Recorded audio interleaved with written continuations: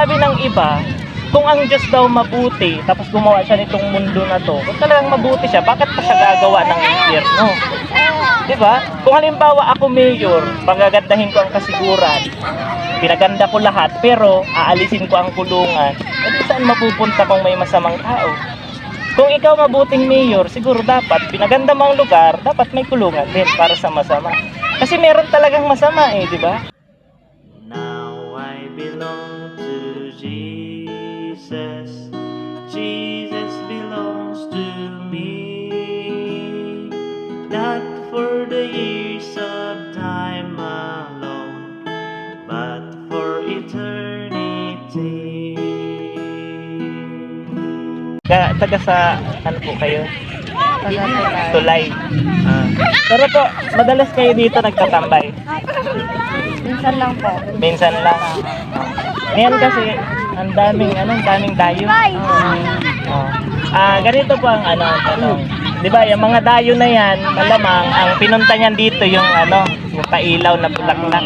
Kasi ang ganda naman talaga lalo pag may ilaw. Kunwari po, halimbawa kayo dayo, hindi taga-kasiguran. Tapos nabalitaan nyo mayroong magandang may magandang pailaw sa kasiguran. Tapos marami ding mga nagtitinda na pagkain, hindi ka magugutom. At meron pang minsan ang lilibre sa kasiguran. Kaso ang problema ganito. Kunwari sa kasiguran, may magandang pasyalan, may masarap na pagkain, may libre pa minsan, pero walang pulis. Tapos masasama yung mga tao. Tapos nandiyan pagala-gala ang masasamang tao. Mapunta pa daw kayo sa kasiguran. Kayo po ate, Dayna. Dayna sa'yo. Ang pagkata. Ikaw po nanay, sa palagay mo? Yan, Tina. Hindi na rin.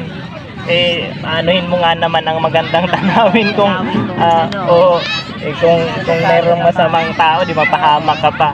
Okay. Sa palagay niyo po kaya may ganung lugar na maganda, tapos may mga pagkain din na masarap, pero pagala-gala lang ang masasamang tao. May ganun kaya ang lugar? Noon yun, ngayon di na. Ngayon hindi na, wala na. Sa palagay niyo po wala na. Saan po halimbawa natin makikita yung lugar na dapat nandun yung masasamang tao? Saan po palagay nyo? Anong lugar kaya ang may mga ganon? Sa Manila. Marami yan talaga. Ay halo, baka wala nang pumunta yan sa Manila. Marami yan. Sige po. Ako kasi, sa palagay ko, yung lugar na matatagpuan natin yung mga masasamang tao, sa kulungan. Naniniwala kayo dyan, nanay. Ibig sabihin, sa kulungan kasi, doon kaparusahan yung masasama. Sa palagay nyo po, posible kaya na yung Diyos, gumawa siya nitong itong paligid na to na maganda, pero wala siyang ginawa na lugar para sa mga masasama. Posible kaya yon? Kumbaga wala siyang ginawang kulungan, parang ganon. Lahat lang ganito, maganda lang, wala siyang ginawang lugar para sa masasama. Wala kayang ganon? Or merong ganon sa palagay niya? Meron po. Ano po? Mandurukot. Mandurukot. Hindi, ano po kayang lugar nanay? Yung ganon na para dun sa kanila talaga na masasama? Kasi ako, naniniwala ako na ang Diyos, kung talagang mabuti siya, gumawa siya ng ganito, maganda, pero dapat magawa din siya ng lugar para sa masasama. Kasi pag yung masasama, walang lugar sila, pagala-gala sila, kawawa tayo na di ba? Hindi natin alam. Opo. So, narinig niyo po nanay yung tinatawag nating impyerno. Sa palagay niyo po may kaparehas kaya niya yung kulungan na parang doon mo matatagpuan yung masasamang tao. Yung impyerno po parang kulungan na para doon yung masasamang tao. Naniniwala po kayo doon? Posible kaya yun? Kasi sabi ng iba, kung ang Diyos daw mabuti, tapos gumawa siya nitong mundo na to, kung talagang mabuti siya, bakit pa siya gagawa ng impyerno? Diba? Kung halimbawa ako mayor, pagagandahin ko ang kasiguran, pinaganda ko lahat, pero aalisin ko ang kulungan, edi saan mapupunta kung may masamang tao? Kung ikaw mabuting mayor, siguro dapat, pinaganda mo ang lugar, dapat may kulungan din para sa masama. Kasi meron talagang masama diba? So, naniniwala po kayo doon, nanay? Nanay, ano pong pangalan niyo pala? Nakalimutan ko tanongin ang pangalan niyo. Yolanda. Yolanda, Nanay Yolanda. Kayo po ate? Yolanda. Okay, okay. Sa palagay niyo po, sa palagay niyo po ba, posible tayo mapunta sa sa impyerno? Baka Nanay, kakakaya? sa palagay niyo po, posible ba, halimbawa ikaw o ako halimbawa, sa palagay niyo pwede kaya ako mapunta sa impyerno? Kung masama ka. Kung masama. Ano po ang basehan natin para masabi natin na yung isang tao ay masama? Dahil sa ano, mga kasalanan siguro. Kasalanan. Okay. Kasi pag yung ibang tao, pag sinabi mo, ano yung palatandaan mo ng pagiging masama, sasabihin na yung kapitbahay ko yan. May mga ganon. O yun, marites kasi yun, di ba? Kasi may mga tao po na pag narinig nila yung sinabing masama, ang naiisip agad nila yung ibang tao. Naiisip nila kasi sila mabuti. Okay lang po ba, Nanay, ate, kung tingnan natin kung kayo ay mabuti o masamang tao? Okay lang ba sa inyo yun? Ito po, hindi ako naghuhusga, pero kung halimbawa po, kasi totoo yung tinatawag nating impyerno at sabi niyo, posible dun yung masama, tapos tayo, hindi natin pala napapansin, masama din tayo, baka delikado din tayo dun. Okay lang po ba, tingnan natin kung talagang mabuti o masama tayo, Nanay? Ito po, hindi po ako nanguhusgahan. Ngayon lang tayo nagkakilala. Hindi ko po alam kung anong klaseng buhay meron kayo. Pero pwede nating makita. Kasi meron tinatawag tayong 10 utos. Narinig niyo na po yan. Sabi baga po sa 10 utos, huwag ka magsinungaling. Nanay, mabilang mo pa kaya ang bagay na nasabi mo na hindi totoo? Hindi na Opo. maano. Ay, Opo, ibig sabihin, Nanay, inaamin nyo na nakapagsinungaling din kayo. kahit sino tao. Opo, opo. Opo. Kayo po, ate, kaya nyo pang bilangin sa palagay nyo? Hindi na. Anong sabi ng karamihan o ng matatanda? Liars go to ano daw? Liars go to hell. So kung inaamin natin na tayo nagsinungaling, ang tawag sa atin liar. O di, isa tayo dun sa delikado. Paano yan? Meron tayong problema. And Nanay, ang 10 utos sabi, di ba? Huwag ka magkuha ng hindi sa'yo. Huwag ka magnakaw. Nanay, nakapagkuha ka na ng hindi sa'yo. Huwag ka mag-alala, hindi kita susumbong. Nakakuha ka na hindi sa'yo? Hindi na. Hindi pa naman. Yung langka ng kapitbahay. yung mga gulay o yung sa bata kasi sa wallet ni mama. Nung naging bata tayo, minsan nakakuha tayo ng laruan ng kalaro natin, tinago natin. So ito hindi naman ito sa paghusga, pero sa palagay niyo po, guilty kaya tayo doon? Kasi Ginawa mo. Kasi sabi sa Bible, sabi sa 10 utos, huwag ka magkuha ng hindi sa'yo. Hindi man doon sinabi na huwag ka lang magkuha ng pera. Paano yung bagay, yung laruan, yung gulay ng kapitbahay, yung langka? Hindi naman sinasabi na pera lang. Malamang, magkasala din tayo doon. Sabi sa Nanay, sabi sa 10 utos, di ka daw mangapit. Isa yun sa Pero sabi ni Jesus, nung buhay pa si Jesus dito sa lupa, sabi niya, kapag nagtingin daw tayo sa isang tao, tapos nakaisip tayo ng hindi maganda, yung may tinatawag na pagnanasa, nagkasala daw tayo na parehas dun sa nagkaroon ng iba pang karelasyon. Ano po kaya sa palagay nyo? Guilty kaya tayo dun o hindi? Nagtingin ka lang, nakaisip ka na agad. Kaya may isang tao, walang damit, nakita mo, tapos nakaisip ka na sa O kaya sa TV, yung tinatawag nating SPG.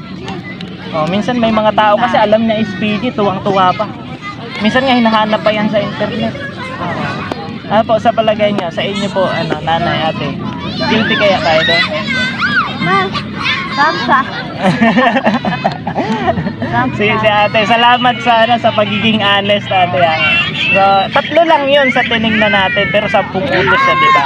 Sabi po ng Bible, pag hindi mo nasunod yung isa sa 10, parehas lang ng kasalanan mo na hindi mo na nasunod yung 10. Kasi ang gusto ng Diyos, perfected. Yun ang gusto niya. Sabi niya, lahat ng tao nagkasala kaya hindi makaabot sa Diyos. Yun ang ibig sabihin na hindi tayo naka-perfected, hindi tayo pwede sa langit. Kung hindi tayo pwede sa langit, at sabi ng Bible, nanay, ang kabayaran ng kasalanan natin, kamatayan, dun sa dagat-dagatang abo yun. So, kung yun yung impyerno, delikado tayo. So, ano po sa palagay niyo, okay lang ba yun sa inyo or sana merong solusyon? Sana merong solusyon. Ako din po kasi kung iisipin, hindi tayo masyado magkakilala, pero yung pag-iisip na merong mga tao na posibleng mapunta doon ng katakot, nakakalungkot. Nanay, lumapit ako sa inyo sa interview, pero merong isang purpose ko din. Gusto ko din ikwento sa inyo yung tinatawag na good news. Ang Bible kasi nanay may tinatawag na good news. Pero yung bad news, para mas maintindihan natin yung good news, yung bad news, nagkaroon tayo ng kasalanan sa Diyos. Nakita natin masama tayo. So, delikado tayo sa tinatawag na impyerno. Pero may good news nanay. Ang Diyos, sabi ng Bible, gumawa siya ng paraan para tayo na tao, kahit may tayo makasalanan, di tayo mapunta sa tinatawag na impyerno. Ang Diyos mismo yung gumawa ng paraan kasi hindi natin kaya. Ano sa palagay niyo po yung paraan na ginawa ng Diyos? Malamang narinig nyo na o alam nyo na yun na kwento, pero hindi nyo pa masyado maintindihan. Anong kinalaman nun sa buhay ko ngayon? Narinig nyo na po na si Jesus, anak ng Diyos, pinadala ng Diyos dito sa lupa, binayaran yung kasalanan natin. Yun po ang good news nanay, na dahil sa kasalanan ng tao, sabi ng Bible, si Jesus, anak ng Diyos, pinadala niya. Pero maraming tao alam yan, pero pag tinanong mo, sa palagay mo saan ka pupunta, hindi nila alam. Bakit? Hindi nila alam kung anong kinalaman ni Jesus na nabuhay dito sa lupa at napako sa krus sa buhay nila ngayon. Sabi po ng Bible nanay, ang sino man daw na magkilala kay Kristo, tumawag sa kanyang pangalan, ang sino man magsisi sa kanyang kasalanan, sabi ng Bible po, dun sa pagbayad ni Kristo dun sa cross, pwede tayong makaligtas sa ating kasalanan. Kasi yung parusa, inalis na sa atin. Yun po ang good news. Na kung saan, ang ibig sabihin nun, aminin natin na makasalanan tayo, ikilalanin natin na binayaran na ni Kristo yung kasalanan natin. Para kung nanay na na may utang ka, halimbawa 10 million. May utang ka sa akin 10 million. Hindi naman ako ganun kayaman. Pero kunwari lang, kunwari lang may utang si nanay 10 million. Hindi niya kayang magbayad. So ako, na inutangan, ako yung gumawa ng paraan para makabayad ka. Okay? Ano ang ginawa ko? Ginawa ko si ate, siya yung pinagbayad ko. Pwede ba yun? Kung kaya niya ako bayadan para sa imo, pwede yun. Ha? Kaso ang tanong, kung willing ba siya? Di ba? Kasi kung hindi naman siya willing, kahit sabihan ko siya, walang magagawa. O, di ba? Ganun po ang nangyari. May isang tayo yung makasalanan, si Kristo willing. Sabi niya, ako na magbayad, dun sa cross babayadan ko. Ngayon, para makapasok sa langit itong taong to na binayaran yung kasalanan, kailangan lumapit sa akin. Paras nun, kung babayaran ng ate yung utang nyo nanay, sabihin mo, sino ba yan nagbayad ng utang ko? Hindi ko may kilala. Hindi, sabi ko, nanay, ang kailangan mo lang, maniwala na may nagbayad dun sa utang mo, okay ka na. Sabi mo nanay, hindi ako naniniwala kasi hindi ko kilala. Pero kung kilala mo, pwede mo pasalamatan, tanggapin mo yung bayad, diba? Sabihin mo, hindi ko kaya So dahil nandiyan ka, willing ka, salamat na lang. Ganun po ang pwede natin gawin. Kung may iniwala tayo na binayaran ng Kristo yung kasalanan natin sa cross, lapit tayo sa Kanya. Okay, paniwalaan natin na binayaran na niya. Dahil bayad niya, pag binayaran ako ni ate, hindi ko na ikaw pwedeng singilin. Bakit? Abuso na yun. Diba? Sa tindahan, mag-ina po ba kayo? Sa tindahan, kung nagkuha si nanay ng paninda, may pera ka naman, binayaran mo. Pero sabi niya, mama, bagong sweldo ako, bayadan ko ulit yung binigyan mo sa tindahan. Sweltihon ng may tinda. Diba? Kasi dadoble. Hindi pwede yun. Pagbayad na, dapat, paniwalaan mo na lang. Hindi kung ikaw yung binayadan, isalamatan mo. Ganun dapat tayo. So, si Jesus po, nagbayad ng kasalanan sa po. Sabi niya, ang sino man na maniwala sa Kanya, hingi ng tawad sa Kanya, patatawarin niya, papasukin niya sa langit. Sabi niya, bibigyan niya ng buhay na walang hanggan. Yun po ang good news. Yun po, ang kailangan lang natin gawin, sabi ng salita ng Diyos, tumawag sa pangalan niya. So, sana po, hindi kasi natin alam ang bukas pwede mamaya, pagtulog natin. Lord, niniwala ako, binayaran mo na yung kasalanan ko. So, patawarin niyo po ako, sana bigyan niyo ako ng buhay sa langit. Kahit anong oras ako kunin mo, di makapasok ako sa langit kasi naniniwala ako, binayaran mo na yung kasalanan. Yun po ang importante sa atin. Kasi po, yun yung tinatawag nating kaligtasan na pwede sa lahat. Kasi po, kung ang tao makarating sa langit pag nagpakabuti ka o nagawa ka ng mabuti, lugi ang iba. Para sa sa naka-bedridden na sa ospital, hindi na makakagawa ng mabuti. Paano man din? Paano yung sa walang pera, na hindi ka pwede magbigay ng pera sa simbahan, hindi ka makapasok sa langit? Pero ang ginawa ng Diyos, pwede sa lahat. Pagtiwala ka kang Kristo, langit ka. Kilala niyo po yung tao na kasama ni Kristo sa cross?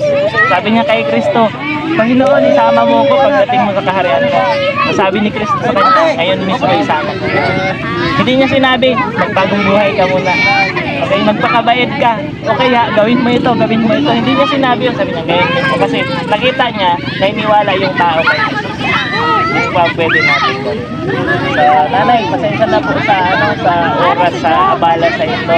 Sana po kahit papaano nakatulong sa inyo, mayroon kayong natutunan. Kasi ang buhay natin, hindi natin alam kung okay pa ba tayo bukas, mamayang gabi. So sana, kung hanggat maaari, makasigurado tayo na wala tayo dun sa lugar ng impyerno, hanggat maaari, sigurado tayo na maglangot tayo. Salamat po. Nanay Yolanda, kayo po ano ang pangalan niya? Selan. Okay lang po ba? Mag-pray ako saglit lang. Mag-pray po kayo. Tapos kunin ko yung pangako ko na libreng ice coffee. Sige po, tapos na tayo. Ma-pray lang ako. Pray tayo. Lord, salamat sa buhay po at sa panahon ni Nanay Yolanda at Ate Jelan. Sana po ang lahat